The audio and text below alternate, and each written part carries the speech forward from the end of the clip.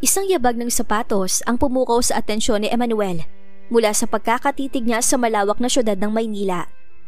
Kasalukuyan siyang nasa helipad ng kumpanya ni Enrique at pinagmamasdan ang nakatambay na helicopter doon. Before the instigated accident happened, one of his men saw Enrique riding that helicopter and went somewhere to meet someone secretly. Who could it be? Tanong niya sa kanyang sarili. Sir, tawag pansin sa kanya ni Agustin bago inaabot ang isang envelope.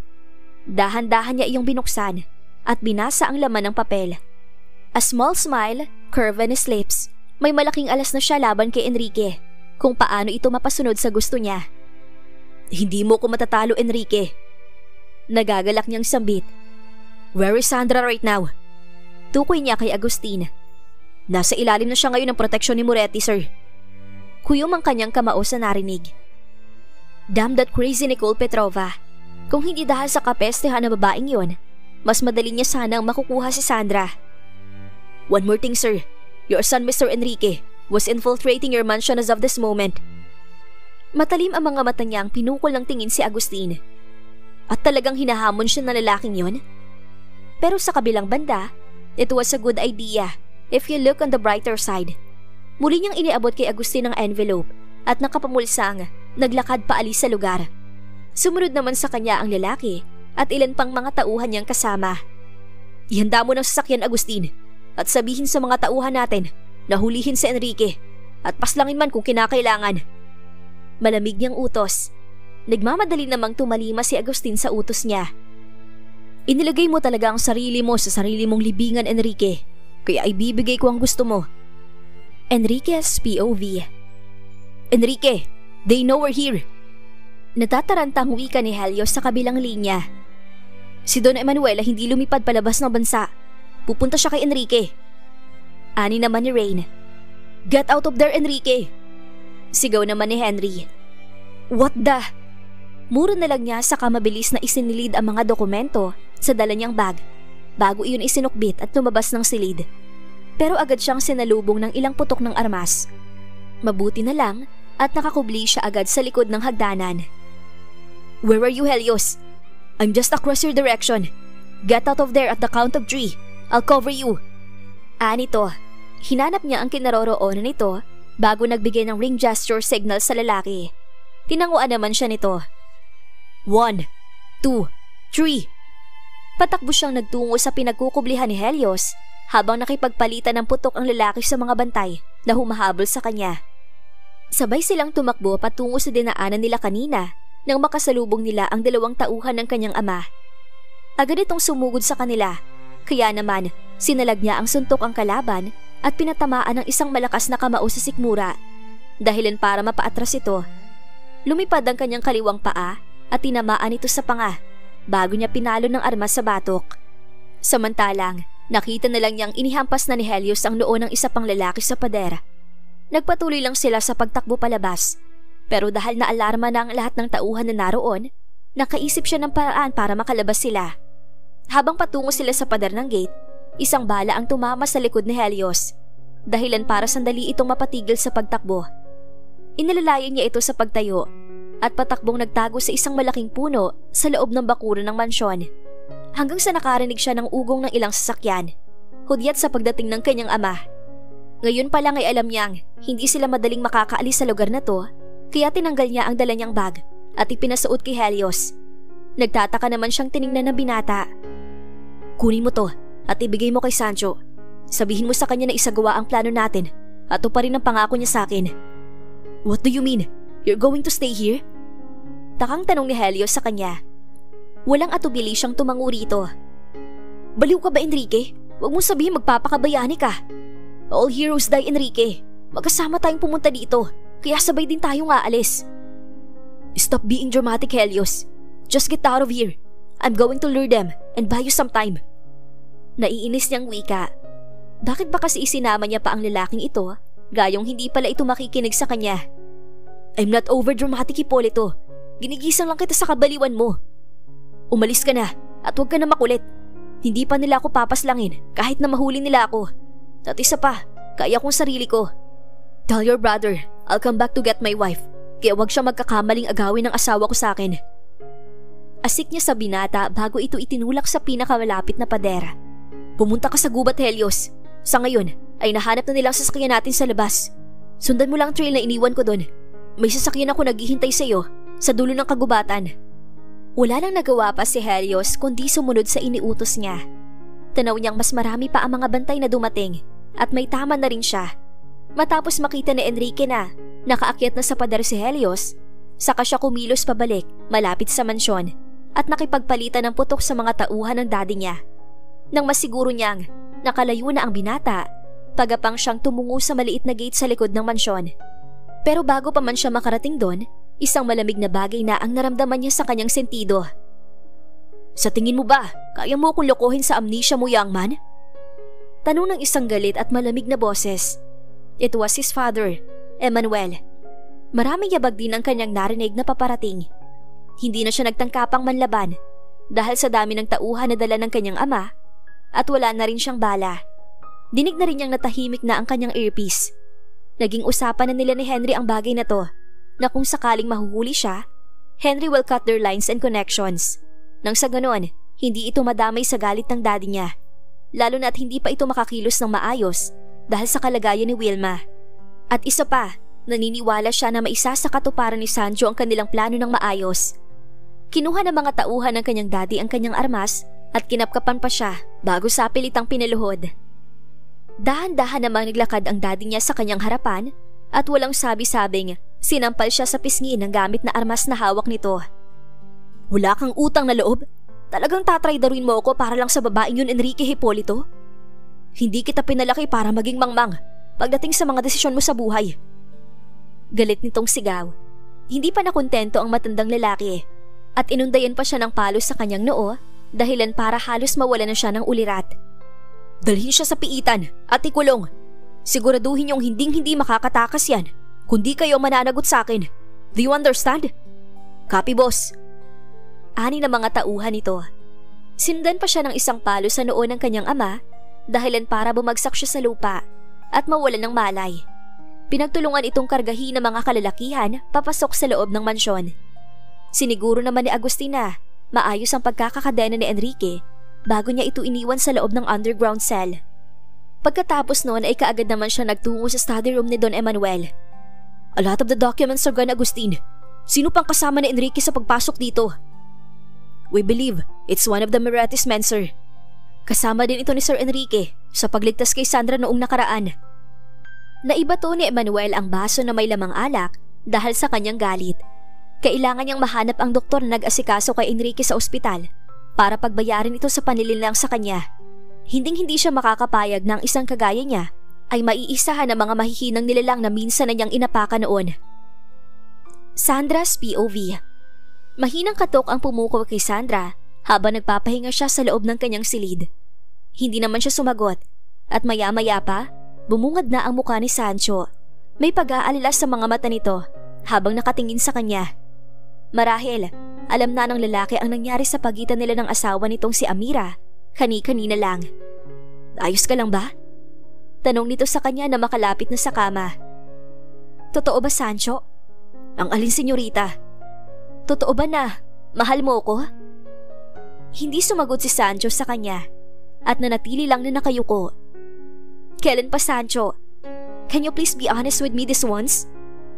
Puno ng hinanakit niyang pakiusap.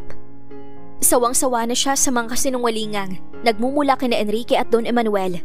Tapos dumagdag pa itong sinabi ni Amira. Nakakapagod na yung pakiramdam na parang nangangapa ka sa dilim dahil sa dami ng lihim ng mga taong pinagkakatiwalaan mo. Matagal na, Sandra. Sagot nito na ikinatulala niya. Sobrang tagal na. Simula nang una kitang makita ilang taon na nakararaan, hanggang sa ngayon ay hindi nagbago yung nararamdaman ko para sa iyo. Tuluyan na siyang napaiyak.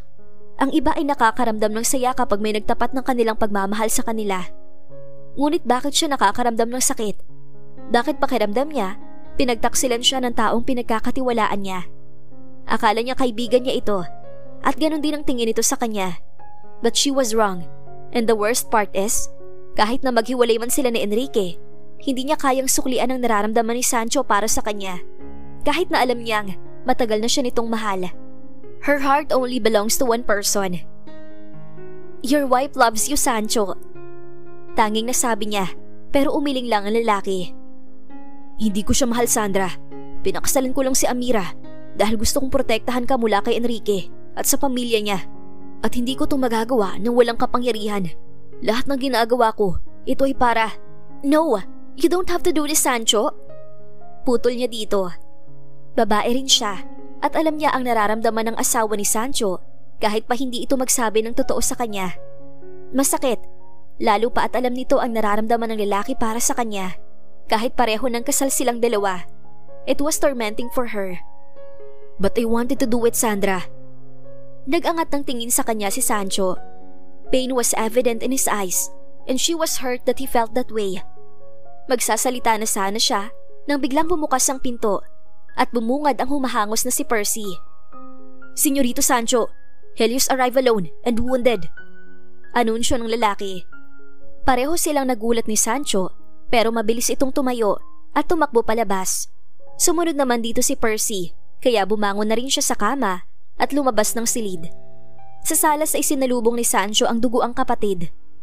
Oh my God, anong nangyari sa kanya? Call our family Dr. Percy. Utos ni Sancho bago binalingan ng kapatid. What happened, Helios? Wala na siyang narinig na sagot mula sa kapatid pero napadako ang tingin niya sa bag nitong dala. Parang may nag-udyok sa kanya. Nalapitan iyon, kaya naman dinampot niya ang bag at dahan-dahang binuksan. Binasa niya ang mga naroon at napakunot noon ng mapagtantong tungkol sa funds ng gobyerno ang mga yon sa ilalim ng pamamahala ni Don Emanuel. Kunot noo siyang napatitig sa ngayong nakasarado ng pinto. Ito na bang sinasabi ni Sancho sa kanya na tutulungan siya nitong mapabagsak si Don Emanuel? Ito rin ba ang dahilan kaya umuwing sugatan ng kapatid nito? Buntong hininga niyang isinauli sa loob ng bag ang mga dokumento at napagpasyahang ibigay iyon kay Sancho para makapag-usap na rin sila upang matanong niya kung anong plano nito sa mga yon. Hindi nagtagal, pumasok sa loob ng bahay ang tatlong kalalakihan na nakasuot ng puting lab gown. Sa tingin niya, iyon na ang doktor na ipinatawag ni Sancho kanina. Tahimik lang siyang naupo sa sofa habang hinihintay na maging maayos ang kalagayan ni Helios. Sa ilang sandali lang na pananatili niya kasama ang mga ito, hindi niya ikakaila na magaan ang loob niya sa binata, kagaya nararamdaman niya sa nakakatandang kapatid nito. Maya-maya pa, lumabas ng silid si Sancho. Bakas ang lungkot at pag-aalala sa mga mata nito. Kahit pa man sa naging takbo ng usapan nila kanina, ay hindi rin nagbago ang tingin niya dito. Kaibigan pa rin ang turing niya sa lalaki. Walang lakas itong naupo sa kalapit na sofa, kaya naman siya na ang tumayo at nilapitan ito. Kumusta daw ang lagay ni Helios? He's not yet stable, Sandra. Tinamaan ng balang isa sa kanyang baga na nagpalala sa kanyang kalagayan. Buti na lang nakarating pa si Helios sa bahay bago nawala ng malay. Nang maramdaman niya ang pag-iyak ni Sancho, ay kinabig niya ito ng yakap at marahang hinaplos ang likod. Kahit malang sa ganoong paraan, maibsa ng pag-aalalang nararamdaman ito para sa kapatid. Hindi man kami close, pero I really care for my brother. He's the only family I have at ayokong may masamang mangyari sa kanya. Hindi ko mapapatawad ang sarili ko kung sakaling mapahamak si Helios. Hindi ko dapat siya pinakinggan nung sinabi nitong siya ang pupunta sa bahay ni Don Emanuel. Dapat ako yun. Dapat ako yun. Tahan na, Sancho. Huwag kang mag-alala. Maliligtas ang kapatid mo. Ipagdadasal natin na bubuti ang kalagayan niya. Alon niya sa lalaki sa kamarahang hinaplos ang buhok nito. Nang huminahon na si Sancho, ay iniabot niya rito ang bag na dala ni Helios. Wala sa sarili naman itong tinanggap ng lalaki. Pasensya na kung nakialam ako dyan, dala ng kuryosidad. It was all Don Emanuel's documents about funds and transactions. Anong gagawin mo sa mga yan? Dahan-dahan itong nagbaba ng tingin sa bag habang kuyumang kamao. I will use this to bring down your father-in-law, Sandra. Lalo na ngayong may masamang nangyari sa kapatid ko. I'm sorry. Dahil sa akin inasangkot kayo sa gulong to, Sancho. Kung hindi sana siya dumating dito, hindi sana napahamak si Helios. Kaya kung may iba pang dapat sisihin sa nangyari si Sancho, hindi ang sarili nito, kundi siya. Siya ang naghatid ng gulo sa buhay nito. It's not your fault, Sandra. Kagustuhan kong tulungan ka. At isa pa, this war had already begun a long time ago before you came. Kaya dapat lang natapusin na namin to. Siya man inanahimik na lang at hindi na inungkat pa ang bagay na tungkol sa sinabi nito. Sapat na muna ang naitanong niya. Ayaw niya dagdagan pa ang iisipin ni Sancho sa ngayon. It took couple of hours pero hindi pa rin lumalabas ang doktor na nag-asikaso kay Helios. At sa buong oras ay halos hindi mapakali si Sancho. Paruot pa rito ang lakad nito at halos siya na ang nahihilo at nasusuka sa ginagawa nito. Sancho, can you sit down for a bit? Mabilis naman itong tumalima sa kanyang sinabi at umupo sa kanyang tabi habang sapo ang sariling noo. I'm sorry Sandra, I just can't help it. You're pregnant. Hindi ba makakasama sa baby mo na nandito ka naghihintay sa sala kasama ako? I think you should lay down and rest in your room. Doon ka na rin kumain. Pahahatira na lang kita. Umiling siya bilang pagtanggi. Ayos lang ako. Sasamahan kita dito hanggang sa matapos ang operasyon ng kapatid mo. Thank you so much Sandra. Kahit sa sinabi ko kanina sa iyo, hindi pa rin nagbago ang pakikitungo mo sa akin. Hindi yun ang importante ngayon Sancho. Unahin muna natin ang kapatid mo. Saka na tayo mag-usap ulit tungkol sa bagay na yan kapag maayos na ang lahat. Tumango si Sancho at eksakto namang bumukas ang pintuan ng silid na kinaroroonan ni Helios at lumabas ang isa sa mga doktor. Kumusta ang kapatid ko, Dok? Agarang tanong ni Sancho. We have passed the critical condition dahil naalis na namin ang bala sa iyong kapatid, Mr. Moretti. Pero kailangan pa rin naming subaybayan ang kanyang kalagayan hanggang sa magkamalay siya para sa anumang iba pang posibleng komplikasyon. Pareho silang nakahinga ng maayos na narinig. Mabuti na lang at walang nangyaring masama kay Helios. Kundi, sisisihin din niya ang sarili niya. Siya ang isa sa dahilan kaya napahamak ang binata at hindi iyon kakayanin ng konsensya niya. Sa kabilang banda, ilang araw na ang nakalipas subalit hindi pa rin nagigising si Helios. Noong nakarang araw nga ay nagkaroon ng seizure ang binata. Mabuti na lang naagapan agad at naging maayos din ito. Pero hindi pa rin sila kampante hanggang sa ngayon. Tanging dasal niya ay sana magising na ito para maibsan din ang pag-aalala ni Sancho sa kapatid. Muli siyang nagtungo sa hardin kagaya ng araw-araw niya nakagawian. Nahihilig na siya sa kakatanaw sa bulaklak sa lugar na yon. Nakakagaan ng loob. Siguro ay babae ang anak niya. Hindi naman siya mahilig sa bulaklak dati, pero parang nagbago yata ngayon. Habang sa kabilang dako, ay abal rin ang mga tao sa loob ng mansyon ngayon. Mas dinagdagan pa nga ang seguridad magmula noong may mangyari kay Helios. Halos hindi niya rin mahagilap si Sancho nitong mga nakaraan dahil masyado itong abala sa mga bagay na wala siyang alam. Pero nasisiguro niyang isa sa mga bagay na yon ang tungkol sa mga ebidensyang hawak nito laban kay Don Emanuel. Sancho, together with the Vice President, are planning for a revolt as she heard. Lumingon siya sa buluwagan ng hardin at nakitang papalapit sa kinaroroonan niya si Amira. Malamig pa rin ang tingin ng babae sa kanya gaya ng mga una nitong ekspresyon. Ilang araw niya itong hindi nakita dahil ayon sa isang katulong, umuwi ito sa Russia. Nang makarating ito sa harapan niya, ay sinuyod siya ng babae ng matalim bago nagsalita. Nakita mo bang ginawa mo? Nakataas ang kilay nitong tanong. Ano Miss Fernandez? Masaya ba sa pakiramdam na handang magbuwis ng buhay ang magkapatid para lang sa'yo? Ayoko makipag-away sa'yo Amira. Aniya sa mababang tono at tumayo na para umalis dahil ayaw niya ng gulo. Kahit bali-balik na rin man ang mundo, asawa ito ni Sancho at nakikitara lamang siya sa bahay nito. Pero hinigit ng babae ang kanyang braso para pigilan siya at sapilitang pinaharap. Ikaw ang may kasalanan. Dahil sa'yo, buhay ni Helios ang nakataya. Kung hindi ka nagpakita sa buhay nila, ay hindi mangyayari ang mga bagay na to Miss Fernandez. Nagdudulat ka ng gulo sa kanila. Asik nito. Gustuhin man niyang sumagot, ay walang salitang lumalabas sa kanyang bibig. Sancho said that this thing wasn't her fault, but she was partially the reason why Helios was lying there, in bed, unconscious. Dahil iyon sa kagustuhan ni Sancho na tulungan siya. I'm sorry, hindi ko sinasadyang mangyari ito sa ganitong paraan, Amira. Puno ng konsensya niyang sambit. Sorry? Pagkatapos ng lahat ng kaguluhang ito, sorry? Yan lang bang masasabi mo? It's not enough, Miss Fernandez. Ang dapat sa'yo, mawala na sa mundong to. Nang sa ganun wala nang pabigat pa sa buhay ng asawa ko. Napaigik siya dahil sa mahigpit na pagkakahawak nito sa kanyang braso na para bang dumiin ang mga kuko nito sa kanyang balat. Hindi niya mapigilang mapaiyak. Amira was right. Mahina siya. Hindi niya kayang protektahan ang sarili niya. Wala siyang silbi. Maybe she gone a few days ago in Nicole's hand kung hindi pa siya nailigtas ni Sancho. She's nothing but a burden. Napaka-istorbo mong babae ka at sinamantala mong kabaitan ni Sancho sa'yo. Palagi kang umaasa sa ibang tao upang tulungan kang malutas sa mga problema mo. Bakit pa hindi mo nalang ibigay ang gusto ng father-in-law mo para hindi ka makaabala pa sa iba? Dagdag pa nito bago siya marahas na binitawan. Hinamig na lang niya ang sarili para wag itong patulan. Naiinggit lang ito sa existence niya kaya ganito umasta ang babae. Iyon ang bagay na pilit niyang itinatatak sa kanyang isipan. Tandaan mo to, Miss Fernandez. Oras na si Sancho ang mapapahamak dahil sa gulong to. Ako mismo maghahatid sa iyo kay Don Emmanuel. Huling katagang sinabi nito bago siya tinalikuran. Pinahid niya ang ilang butil ng luha sa kanyang pisngi. Kung kagaya lang sana siya ng iba na magaling humawak ng armas at di pa pang sandata. Kung marunong lang sana siya makipaglaban, kakayanin niya sana mag-isa at protektahan ang sarili niya. Nagpakawala siya ng isang buntong hininga. Hindi siya pwedeng ma-stress ng labis at baka madamay pa ang batang dinadala niya. Matapos niyang kumalma, ay napagpasyahan niyang pumasok na sa loob.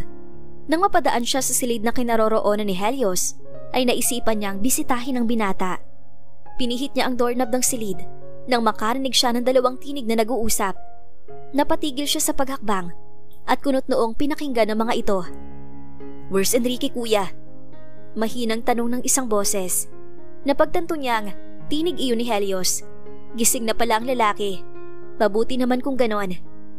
"Kakagising mo lang ay siya agad ang inaalala mo. Should I get jealous of him?" Biro naman ni Sancho sa kapatid. "Na, baby, should I start calling him kuya too?" Natatawang ginulo ni Sancho ang buhok ng kapatid. "Peste ka, pero seryoso kuya. Anong nangyari kay Enrique? Nakalabas din ba siya ng mansyon gaya ko?" Tanong ulit ng isa. "No, Helios." "What do you mean, kuya?" "Kinuha siya ni Don Emmanuel bilang hostage para akitin si Sandra na lumabas. Nalaman na matandang yun ang tungkol sa medical check-up ni Sandra. And I'm sure he is now after the baby." Frustrated na kwento ni Sancho sa kapatid. "Papaslangin niya si Enrique kapag hindi ko na ibigay ang gusto niya. Nakakuha si Don Emmanuel ng isa pang tagapagmana na maaari nitong manipulahin sa hinaharap at kung papano si Enrique, Sandra will be broken." "Alam na ba ni Sandra ang tungkol dito?" Umiling si Sancho. He will find ways to save Enrique kahit pa ayaw niya sa lalaking yon dahil alam niyang mahal pa rin ito ni Sandra. Ayaw niyang habang buhay itong maging malungkot pero wala siyang balak na sabihin sa babaeng sitwasyon sa ngayon. No matter how smart Sandra is, she will act impulsively upon learning the truth na maaari nitong ikapahamak. He can't let it happen. Hindi siya umabot dito para sayangin lahat ng nasimulan niya. "Then you should be careful, kuya." Ani pa ni Helios. "That's what I'm doing." Sancho? Gulat silang napalingon sa pintuan kung saan nakatayo si Sandra. Hilam sa luha ang mga mata niya dahil sa kanyang nalaman. Akala niya kinalimutan na siya ni Enrique. But she was wrong after all, and she was so crazy to believe in his foolish act in the restaurant. Pareho silang nakaupo ni Sancho sa sofa sa loob ng study room ng lalaki. Kanina pa sila walang imik at patuloy lang siya sa paghikbi dahil sa pinaghalong saya at pag-aalala para sa asawa. "I'm sorry for lying, Sandra, but please bear this in mind na lahat ng to ginagawa ko para sa iyo at sa baby mo." Ani Sancho sa mababang tono. "Kailan pa kayo nagsimulang magkampihan ni Enrique, Sancho? Naalala ko noon na sobrang hinama ka ng asawa ko." Tumingin sa kawalan ng lalaki. "Gusto mong malaman ang dahilan kung bakit hindi ako nagkaroon ng lakas ng loob na ipagtapat ang nararamdaman ko para sa iyo? Kahit na alam kong papakasalan mo si Enrique?" Isang iling ang kanyang naging sagot dahil hanggang ngayon parang hindi pa rin ganoon nag-sink in sa kanyang utak ang lahat. "Nahihiya kasi ako sa katotohanan na mas magaling siya sa akin. At first, kapangyarihan, pera, at koneksyon ng mga bagay na meron siya na wala ako. Pero pagkatapos kong ma-achieve yung mga bagay na alam kong hindi ko kayang makipagkompetensya sa kanya, ako ang kalaban niya, Sandra. Sa ganitong klaseng negosyo, isa si Enrique sa mga pinakamalaking karibal ko at ganun din ako sa kanya. Pero nilunok ni Enrique ang pride niya at humingi ng tulong para protektahan ka. Isang bagay na hindi gagawin ng dating Enrique Hipolito kung hindi kanya nakilala." Mas lalo siyang napaiyak sa narinig. Sancho's words made her fall in love with her husband even more. Pero naasar din siya Ipinangako sa kanya na Enrique na magkasama silang lalaban. Ngunit ito ang unang tumupad sa pangako at gumawa ng mga bagay na mag-isa nang hindi niya nalalaman. Enrique's love for you was way beyond you could ever imagine, that he's willing to go against any war just to make sure he's still safe and untouched.